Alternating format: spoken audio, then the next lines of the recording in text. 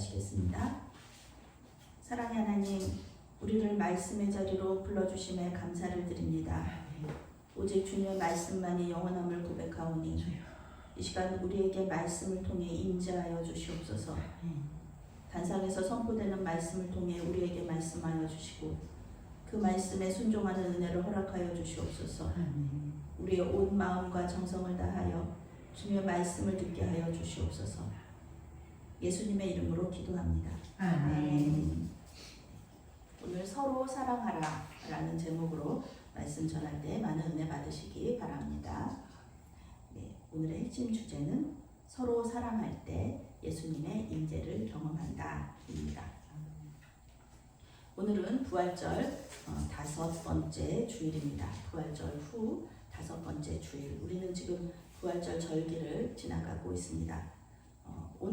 오늘의 말씀은 교회 안의 목회에 초점을 맞추는 겁니다.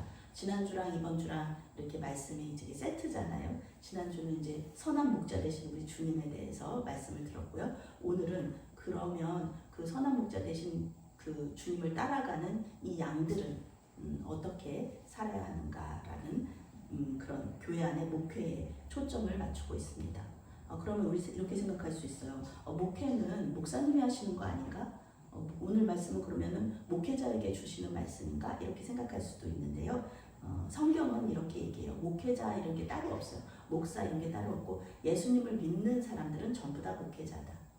그렇죠? 교회 안에서 전부 다 이렇게 리더의 역할을 우리 집사님, 권사님들 리더의 역할을 하시고 가정에서도 또 사회에서도 리더의 역할을 하시는데 그런 모든 사람들이 다 목회자다라는 것입니다. 물론 이제 목사가 단상에서 설교를 준비하고요. 교인들의 신앙생활을 돕지만 이것들은 목사만 하는 게 아니죠. 우리 권사님들, 집사님들이 서로 다 같이 우리 믿는 자들이 이렇게 서로 돕는 것이죠. 하나님의 말씀을 전하고 서로의 신앙생활을 돕고있는 것. 이것이 바로 목회라는 것입니다. 부활절기에 이 말씀을 읽고 듣고 묵상하는 이유가 있습니다. 서로 사랑하라라는 이 말씀인데요. 목회 사역에서 부활의 영성을 회복하라는 말씀입니다.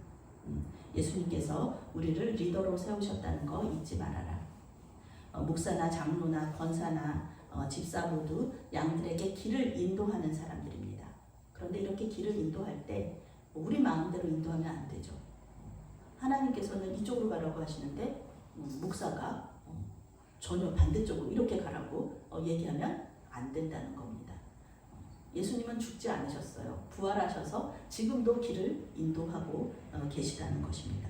그저 살아계신 예수님을 따르는 게 우리의 할 일이라는 거, 그런 것이죠.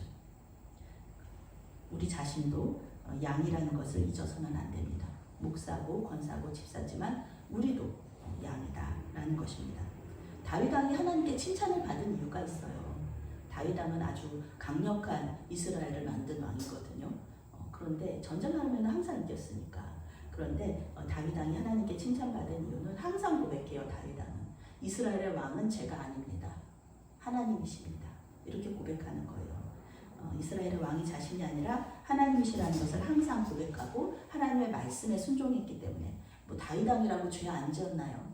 다윗 왕도 죄 많이 지었잖아요. 남의 아내를 이렇게 데려오고 그리고 그 남편을 죽이는 이런 일들도 있었는데 항상 그것을 하나님 앞에 회개하고 순종했었다는 것입니다. 예수님은 오늘 말씀을 통해 주님의 죽으심과 부활로 세우신 이 교회 공동체가 어떻게 살아야 하는지를 말씀해 주고 계십니다.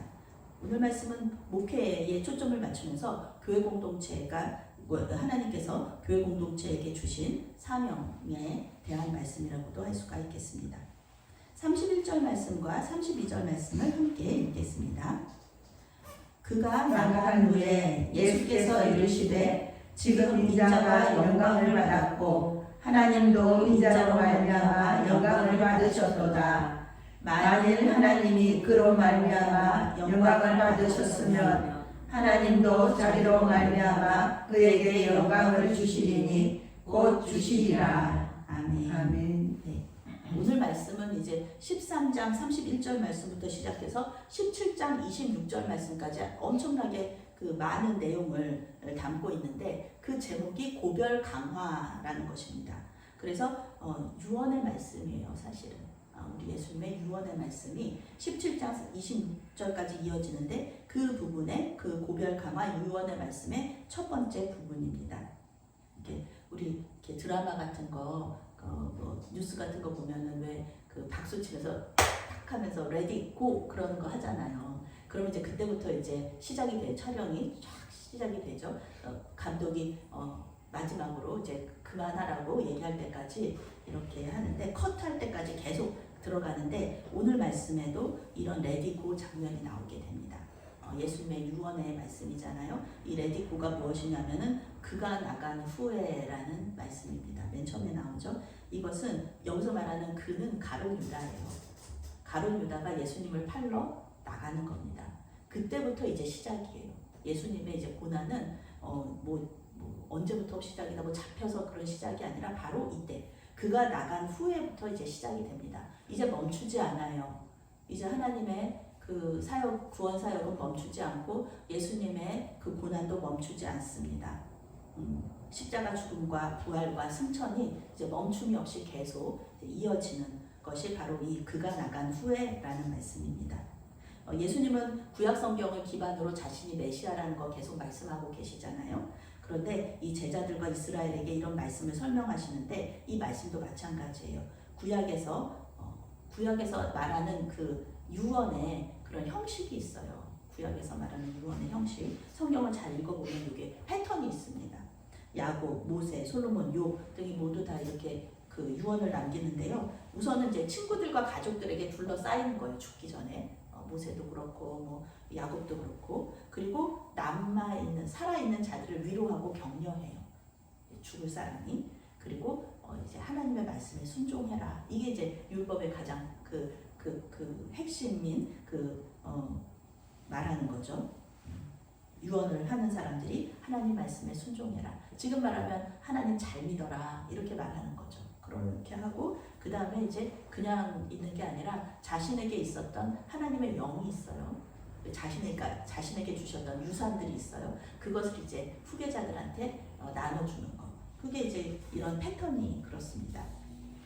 그래서 모세와 엘리야가 여호수아와 엘리사에게 이제부터 네가 나의 후계자다 그러면서 하나님의 영을 이렇게 전달하는 그런 것들도 있었습니다. 예수님도 이런 유언의 형식을 따르십니다. 제자들을 격려하고 위로하시고요. 그리고 제자들에게 말씀에 순종할 것을 명령하십니다. 성령께서 오셔서 제자들을 도우실 것이니까 걱정하지 말아라. 할 수 있다. 그렇게 말씀하시는 거죠. 보통 이제 사랑하는 사람들이 이렇게 죽으면은요, 그 이후에 남겨진 사람들은 그 유언을 지키려고 노력하잖아요. 여기 계신 분들도 돌아가시면서 예수님 믿으라는 유언을 지키기 위하셔서 하나님을 믿는 분들이 있으세요. 유언의 가치가 이렇게 크고 무겁습니다. 아이고 뭐 돌아가신 분 말씀 뭐 안 지키면 어때? 뭐 죽은 사람이 뭐 그거 알아? 뭐 이렇게 얘기할 수도 있어요. 그런데 많은 분들이 꼭 그걸 지키세요. 돌아가신 분의 유언은 반드시 지키시는 거예요. 그 유언의 가치가 있습니다. 예수님은 자신의 죽음과 부활을 통해서 하나님께서 영광 받을 것이다. 그리고 나도 그것을 통해서 영광 받을 것이다. 이렇게 말씀하고 계세요. 하나님은 예수님의 죽음과 부활을 통해서 인류 구원의 역사라는 아주 큰 일을 행하시죠. 예수님의 영광, 예수님의 죽음을 영광스럽게 만들어 주시는 거예요. 2000년 전에 청년 목수가 십자가에서 죽은 게 뭐 그렇게 큰 의미가 있어? 이렇게 얘기할 수가 있는데요. 하나님은 그게 아니라는 거예요. 예수님의 죽음을 통하여서, 십자가 죽음을 통하여서 모든 인류가 구원을 받을 수 있는 그런 아주 가치 있는 죽음으로 예수님의 죽음을 만들어 주신 것입니다. 그래서 예수님은 아무 가치 없이 허망하게 죽으신 것이 아니다. 모든 인류를 구원하시기 위해서 십자가에서 죽으셨고, 그것을 하나님께서는 아주 귀하게 여기시면서 그래, 너의 죽음을 통해서 나는 모든 인류를 구원할 거야. 너를 믿는 모든 사람들은 다 구원받을 거야. 이렇게 하나님께서 계획하시면서 예수님의 죽음을 영광스럽게 만들어 주셨다는 뜻입니다. 예수님도 마찬가지예요. 예수님도 지금까지 그 인류 역사상 하나님의 말씀에 전적으로 순종한 사람이 아무도 없었다. 그것은 우리도 마찬가지잖아요. 하나님 말씀에 순종하시나요? 우리 제가 유치부 이제 맡았을 때 우리 유치부 친구들한테 제가 물어봐요. 이 중에서 유치부 친구들 이 중에서 나는 하나님 말씀에 전부 다 순종했다고 한 사람 손 들어보세요. 그러면은 우리 유치부 친구들이 어떤 친구는 이제 칭찬받고 싶은 마음에 이렇게 손을 들기도 해요. 제가 그래 우리 누구는 정말 그런 마음을 가지고 있지, 그 마음이 정말 귀한 거야 라고 얘기를 해주는데, 사실 아담부터 시작해가지고 우리 하나님 말씀에 전적으로 순종한 사람이 아무도 없었습니다. 그런데 누가 유일하게 하셨냐면은 예수님이 처음부터 끝까지 하나님의 말씀에 순종하셨어요. 그래서 사실 예수님은 죄가 없으시거든요.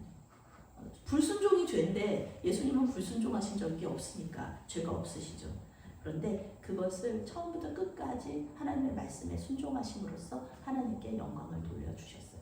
뭐 사람들은 얘기하겠죠. 아유 하나님 말씀은 어떻게 순종해? 뭐 이렇게 얘기하는데 아니야 할 수 있어. 그렇게 얘기하시면서 우리 예수님 100% 인간이시거든요. 그래서 사람으로서는 이렇게 할 수 있다는 것을 이렇게 증명하신 거. 그래서 하나님께 영광을 올려드린 거죠. 그러면서 예수님이 이렇게 얘기하시는 거, 이 말씀 속에는 나와 예수님 나와 그리고 우리 아버지 하나님이 이렇게 사랑하고 연합하는 것처럼 너희들도 그렇게 될 수 있어. 이렇게 말씀하시면서 얘기하시는 거죠. 33절 말씀 함께 읽겠습니다. 작은 자들아 내가 아직 잠시 너희와 함께 있겠노라. 너희가 나를 찾을 것이나 일찍이 내가 유대인들에게 너희는 내가 가는 곳에 올 수 없다고 말한 것과 같이 지금 너희에게도 이르노라. 아멘. 네, 이 말씀은 이제 유언에서 이제 위로와 격려하는 부분이 있잖아요. 위로와 격려의 부분입니다. 이제 예수님께서는 제자들과 함께 하시는 지금의 모습, 같이 식사하시고 같이 여행하시고 같이 말씀 전하시고 이거는 이제 못하게 돼요. 예수님의 몸으로서는 여기에 같이 있을 수 없으세요. 예수님은 이제 승천하실 것입니다. 하나님 우편에 앉아 계실 거예요. 그런데 이건 제자들을 홀로 버려두는 거 아니다. 제자들은 예수님 이제 승천하시고 없어지시고 뭐 지금은 그것도 모르죠. 예수님 죽으신다고 생각하니까 그러면은 나는 어떻게 할까?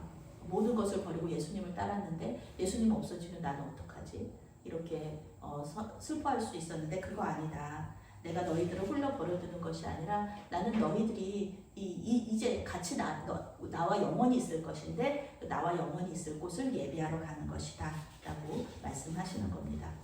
제자들은 이때 뭐 이해 못해요. 이해 못하지만 예수님께서는 말씀하시는 거죠.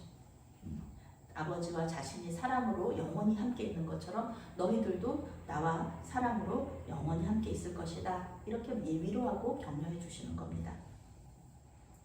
그러면서 이 34절, 35절 말씀을 주시는 거죠. 함께 읽겠습니다. 새 계명을 너희에게 주노니 서로 사랑하라.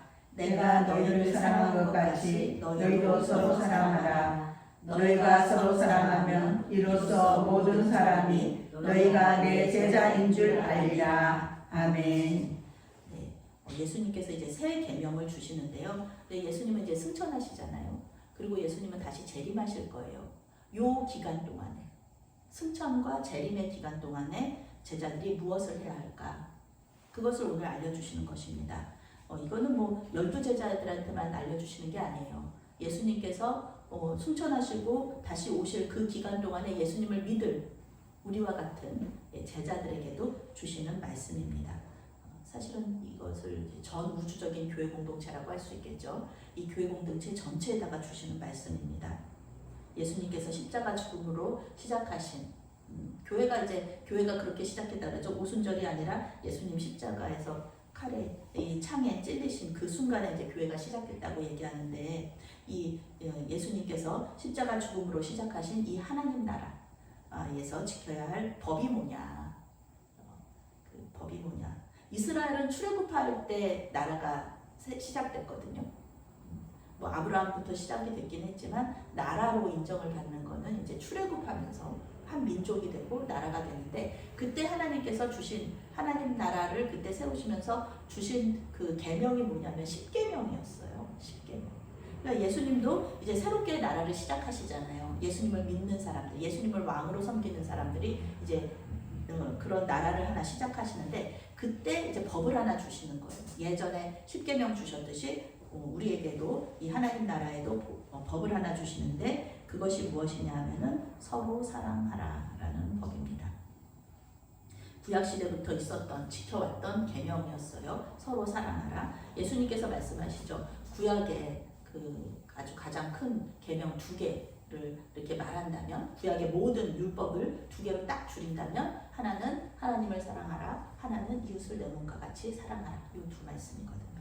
이것처럼 우리 예수님께서는 그 예수님의 십자가 죽음을 통해서 보혈의 능력을 믿고 구원받아서 예수님을 왕으로 섬기는 이 나라의 백성이 된 모든 사람들이 지켜야 할 새 계명 법을 서로 사랑하라라는 것으로 말씀을 해주십니다.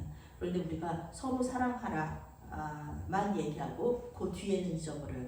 내가 너희를 사랑한 것 같이 너희도 서로 사랑하라. 우리가 생각하는 사랑 아닙니다. 예수님께서 우리를 사랑하신 것처럼 우리도 다른 사람들을 사랑하라. 예수님께서 하나님을 사랑하신 것처럼 너희도 하나님을 사랑하라. 요 법이 있는 거예요. 요 법은 우리 마음대로 하는 법이 아니라 예수님께서 하신 것을 보면서 그것을 따라하라는 것입니다.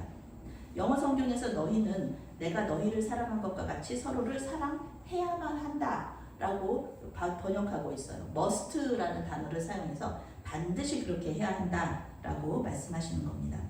예수님의 사랑은 어떤 사랑인가요? 예수님의 사랑은 사람한테 하시는 사랑은 발을 씻어주시는 사랑, 십자가에서 대신해서 죽는 사랑이에요. 이런 사랑을 하라 말씀하시는 거죠. 그리고 하나님에 대해서는 죽기까지 순종하는 그런 사랑, 그것을 하나님께 하라는 겁니다. 그런데 이게 죄인인 인간은요 절대 할 수가 없어요. 이거 안 돼요. 불가능해요. 심리학자들이 이렇게 얘기해요. 어느 정도 노력은 할 수 있다. 그렇지만 의지적으로 아무리 우리가 의지적으로 노력을 한다고 해도 이러한 사랑을 하는 것은 불가능하다라는 겁니다. 노력한다고 되는 게 아니에요. 억지로 한다고 되는 게 아니에요. 거기다가 항상 이제 저희가 이제 또 강조하는 거 있죠. 하나님은 그런 하나님이 아니시다. 억지로 뭐 못하는 거를 막 억지로 하라고 하는 그런 시키시는 분이 아니다. 할 수 있으니까 하라는 겁니다. 할 수 있으니까. 유언의 하나의 패턴이죠. 할 수 있도록 능력을 주신다. 영을 보내주시는 거예요. 예수님은 사랑의 본을 보여주신 거예요. 이렇게 하라고. 그리고 성령을 보내주셔서 우리가 할 수 있도록 도와주시는 거예요. 예수님과 같은 희생적인 사랑. 남을 섬기는 사랑을 할 수 있다. 너희 힘으로는 못해. 그렇지만 성령께서 인도하시면 할 수 있어 라고 얘기하는 거예요. 제가 얼마 전에 세미나를 갔었는데 거기서 그 교수님들이 저희를 섬기시는 거예요.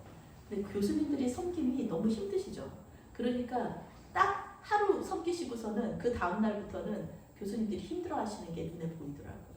억지로 안 되는 거예요. 그런데 섬김의 은사가 있으신 분이 있어요. 또 다른 이렇게 세미나를 갔는데 지난번 세미나를 갔는데 이거는 뭐 교회 권사님들 집사님들이 섬김을 해주시는 거예요.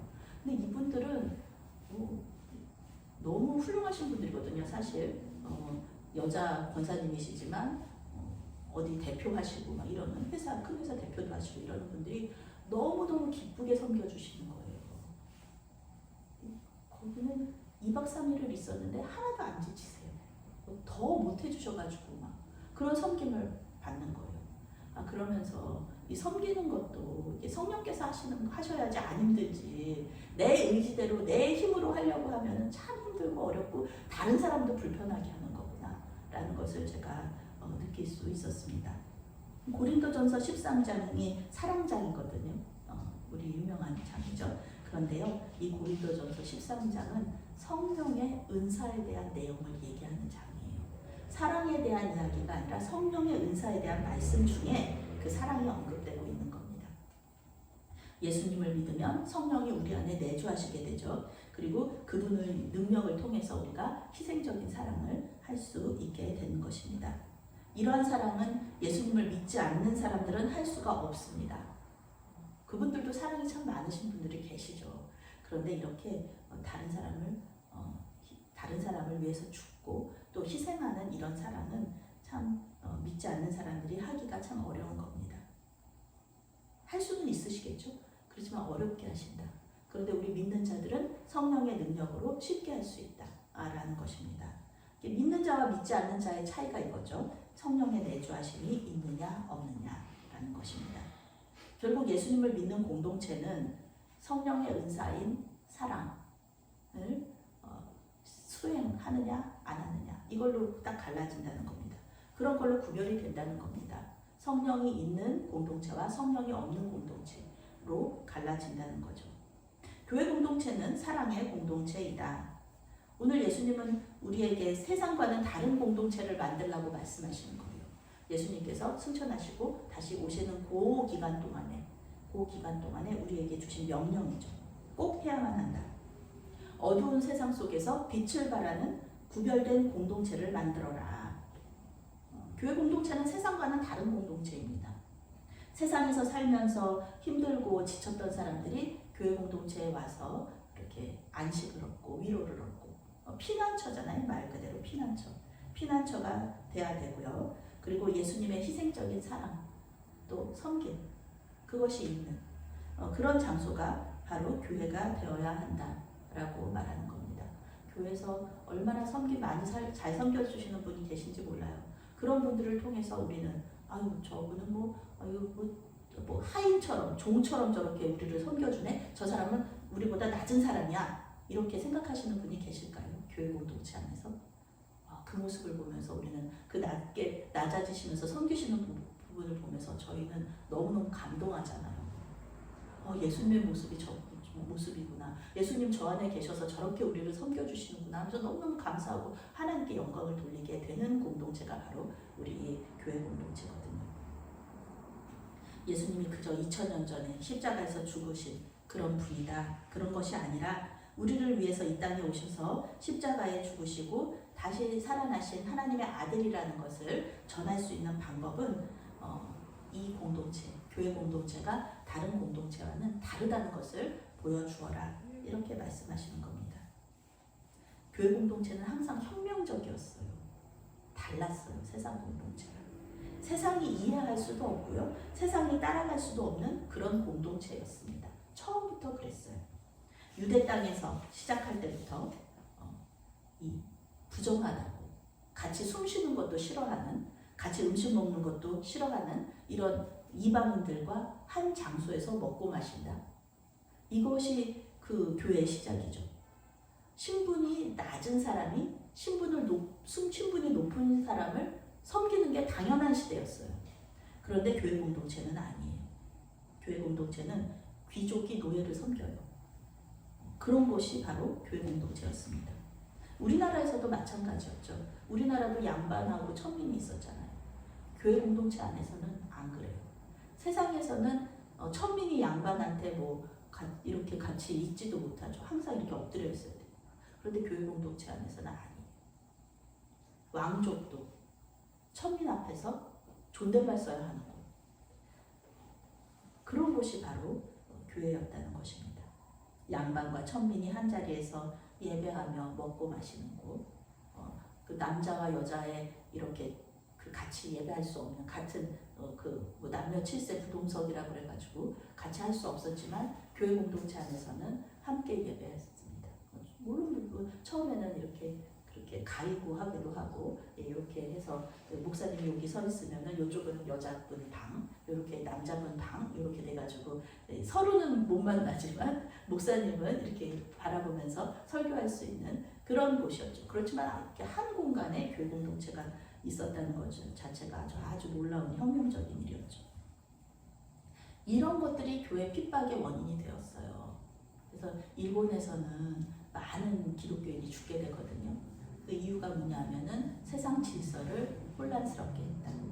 세상 질서를 무너뜨렸다. 이렇게 얘기하면서 일본에서 많은 사람이 순교를 당했습니다.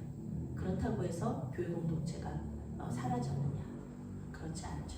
물론 일본은 지금도 선교하기에 참 힘든 나라이기는 하지만 그런 많은 일들이 있어서 그렇지만 여전히 교회가 세워지고 있고요. 또 우리가 후원하는 유성재 선교사님도 거기서 열심히 사역하고 계시잖아요. 하나님의 그런 은혜가 또 거기에 있습니다. 예수님께서는 이렇게 세상이 할 수 없는 사랑, 세상이 할 수 없는 사랑을 하는 것이 하나님의 임재를 경험하는 사람들의 표시라고 말씀하십니다. 예수님의 사랑은 그저 감정적인 사랑이 아닙니다. 우리는 사랑이라는 얘기만 들어도 아이고 뭐 따뜻해져요. 부드러워지고 느낌이죠. 생각이죠. 그런데 예수님의 사랑은 그런 감정적인 느낌, 이런 생각이 아닙니다. 마음이 따뜻해지고 감정적으로 부드러워지는 것은 그저 생각일 뿐. 생각은 흘러가게 돼 있어요. 생각은 실체가 아닙니다. 생각은 그저 흘러갑니다. 그런데 예수님의 사랑은 생각이 아니라 행동이에요. 예수님은 행동으로 사랑을 표현하셨어요. 그분에게 사랑은 다른 사람들의 발을 씻기시는 거예요. 그리고 그분에게 사랑은 십자가에서 대신해서 죽는 것이에요. 예수님은 사랑을 행동으로 표현하셨습니다. 사랑할 만한 사람을 사랑한 게 아니에요. 예수님께서 가룟 유다를 사랑하지 않으셨을까요? 미워하셨을까요? 아니죠. 예수님께서는 가룟 유다가 돌아오기를 계속해서 말씀하세요. 가룟 유다가 거절한 거죠. 똑같은 잘못을 베드로도 저지르고 다른 많은 제자들도 저질렀지만 차이는 그거예요. 똑같은 잘못을 저질렀을 때 가룟 유다는 양심의 가책을 느끼고 돌아오지 않았지만 베드로와 다른 제자들은 예수님에 대한 사랑을 알기 때문에 돌아온 거죠. 그런 차이예요. 예수님은 우리가 자신과 연합할 때, 즉 성령의 능력을 힘입을 때 원수까지도 사랑할 수 있다라고 말씀해 주셨습니다. 사랑할 수 없는 사람을 사랑하는 것은 참 어려운 일이에요. 어려운 일이지만 예수님께서는 할 수 있다고 말씀해 주신 거예요. 사랑하는 메아리 교회 성도 여러분, 말로만 사랑하지 마시고 생각으로만 사랑하지 마시고 행동으로 사랑하시기 바랍니다. 아멘.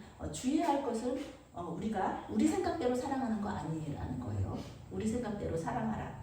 그게 아니라 하나님의 생각대로, 하나님의 방법대로 사랑해야 한다는 것입니다. 아멘. 우리가 생각하는 사랑은요, 하나님이 생각하시는 사랑과는 다를 수 있어요. 제가 지난주에 종교교회에서 주관한 돌봄 세미나에 참석했었잖아요.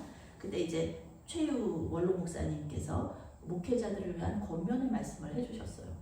기본 하시는 말씀이죠. 목회자들은 이성 조심하고 돈 조심하고 명예 조심해야 된다, 이런 얘기 이렇게 하시면서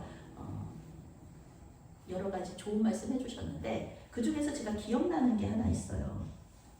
목사님께서 그렇게 말씀하시는 거예요.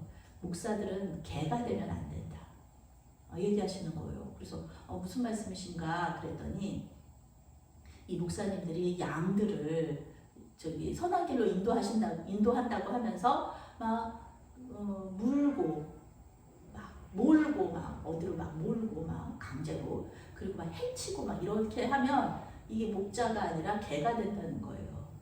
그러시면서 그런데 이 양들이, 목사가 개가 되면은 양들이 가만히 있지 않는다.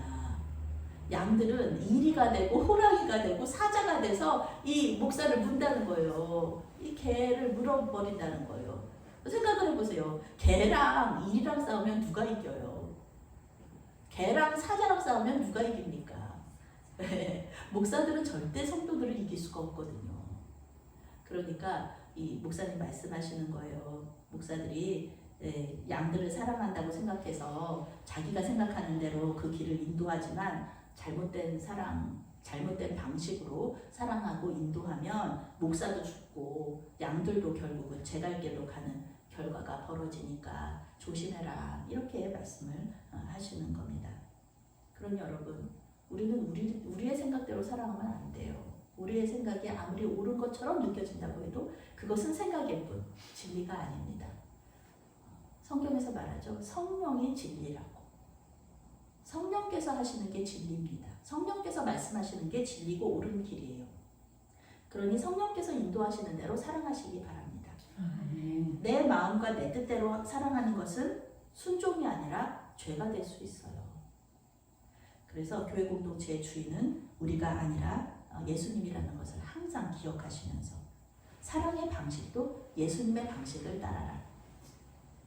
예수님께서 다시 오실 때까지 사랑의 계명을 지키시되 예수님의 방식을 따르시면서 지키시기 바랍니다. 상대를 아프게 하는 사랑이 아니라 위로와 격려를 주는 사랑을 하시기 바랍니다. 그렇게 할 때 우리 메아리 교회가 사랑이 많은 교회로 소문이 나고 우리 교회를 통해서 예수님의 이름이 높임을 받으시는 놀라운 역사가 일어날 줄로 믿습니다. 세상과는 다른 사랑의 공동체를 만드는 일에 힘쓰시는 저와 여러분이 되시기를 바라겠습니다. 아멘. 사랑의 하나님, 우리에게 사랑이 무엇인지 가르쳐 주시고 서로 사랑할 수 있는 방법이 무엇인지 알려주시니 감사합니다. 억지로 하는 사랑이 아니라 오직 성령께서 인도하시는 사랑을 할 수 있도록 도와주시옵소서. 그래서 예수님의 사랑을 모르는 사람들이 우리를 통해 주님의 사랑을 알게 하여 주시옵소서. 예수님의 이름으로 기도합니다. 아멘.